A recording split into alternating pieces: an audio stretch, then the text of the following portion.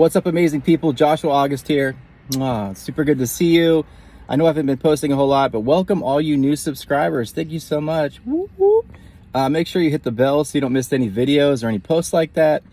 Also, I have a new book out on Bible numbers right here. Link is in the description. Getting a lot of good feedback on it. There's nothing taboo or weird about it. It is one of the most scripturally sound books you'll ever read. God just started speaking to me that way. And the whole Bible is outlined with numbers. You know, there's 40 days with Jesus and Noah. 7's like crazy in Revelation. Jesus was 33. You know, he was in the tomb 3 days. Jonah was in the well 3 days. There's so many cool numbers. And people are just getting blown away by it. And God created everything and everything belongs to him. So anyways, this is a fun day. I'm going to interpret a dream for you. It's one of my favorite things to do.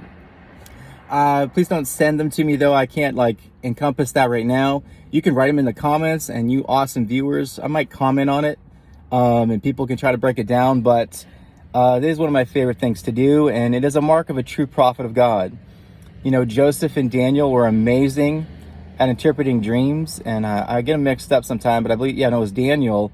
He even told, Nebuchadnezzar, he told him the dream and then interpreted it also. Whereas Joseph interpreted it. But those two dream interpretations shaped entire nations and made those guys, hear me out here, second in command of the most powerful cities and countries in the world. Let me say that again.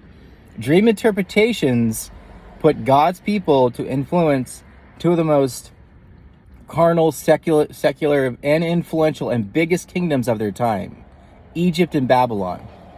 So that was a gateway to be number 2 to have that type of influence. Anyways, without further ado, so a friend of mine bounced this dream off of me, and maybe you can get some pointers from it. So he said he was walking up a hill by his house, he was in a pond cleaning it by his house. And he ended up walking with the spiritual leader where he goes to church. And folks, a lot of times God will appear to you as the spiritual authority in your life.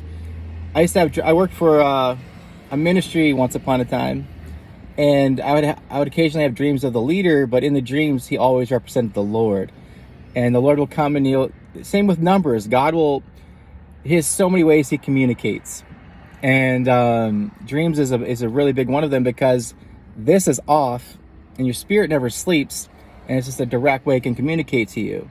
Think about it. Even when you're praying or you hear God's voice, sometimes you don't audibly hear it, but it's spirit to spirit. So anyways, my friend was in this pond cleaning it out, and I forget exactly what happened, but he ended up walking with this leader up to his house, and then he pointed to another house, and the leader said, that's where you're supposed to live. And that house had an aquarium inside of it. So we have 2 bodies of water, a leader, and everything like that. So take a second and see if you can figure it out.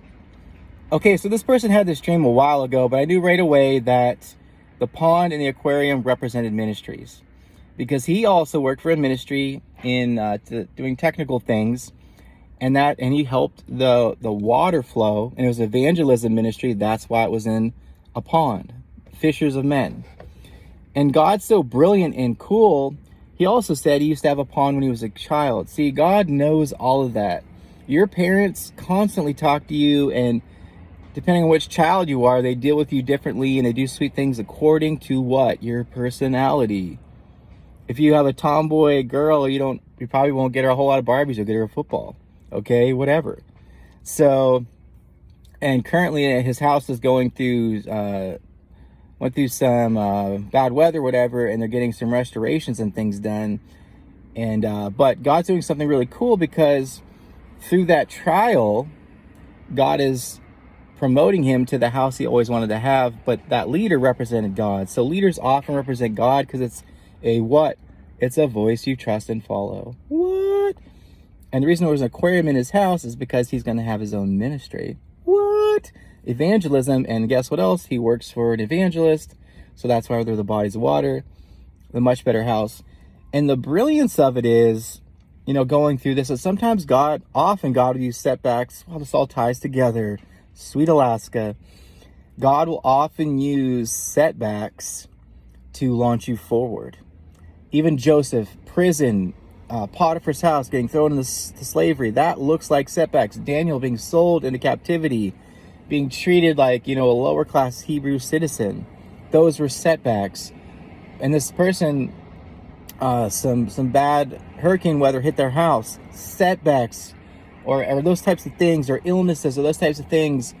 What does it say what did God say to Joseph? Or what did Joseph say? What the enemy meant for evil, God turns around for good. Hallelujah. Look at all this coming together. What? So God's actually promoting this person I know, and he didn't even know he didn't even know that God wanted him to have a better home. How about those apples? Because in the dream, the Lord would say, and he did say, that's the house you're supposed to have. But through the trial, insurance money and different things, and it doesn't mean there's not a battle. It doesn't mean you don't have the good character. It doesn't mean you don't have to stay faithful. You do. You know what I'm saying? You do. But it's a promotion, and God will often put you under ministries and with people with similar anointings. I say it to people all the time. It's kind of silly, but ducks don't raise cats. You don't see a chicken with a puppy. God puts those hints everywhere, all around us. He's constantly speaking. That's why the numbers thing isn't taboo. He owns everything, guys. Someone said brilliantly once, the devil doesn't even own his own home. Our enemy he doesn't even own hell down there or whatever, okay? He's gonna get thrown into the lake of fire, okay? God owns everything. He owns the numbers. He owns the colors. He owns this land. He's gonna rebuild this earth. You think there's gonna be, other than for educational purposes, you think there's going to be any recollection of how the devil perverted sex, how he perverted culture, how he perverted numbers? You better believe there's not, because it's all God's. He can't create, he only can twist. Twist and shout. I don't know where that came from. But anyways, and homes often represent, your Zen. Rooms of the house often represent your mind. Like if you ever dream about your house, it can often represent what you're thinking. Cars often represent your ministry. Leaders often represent God. Hallelujah. May I feel the Lord. Anyways, be blessed. Please subscribe, hit the bell, get that book, and I'll talk to you later.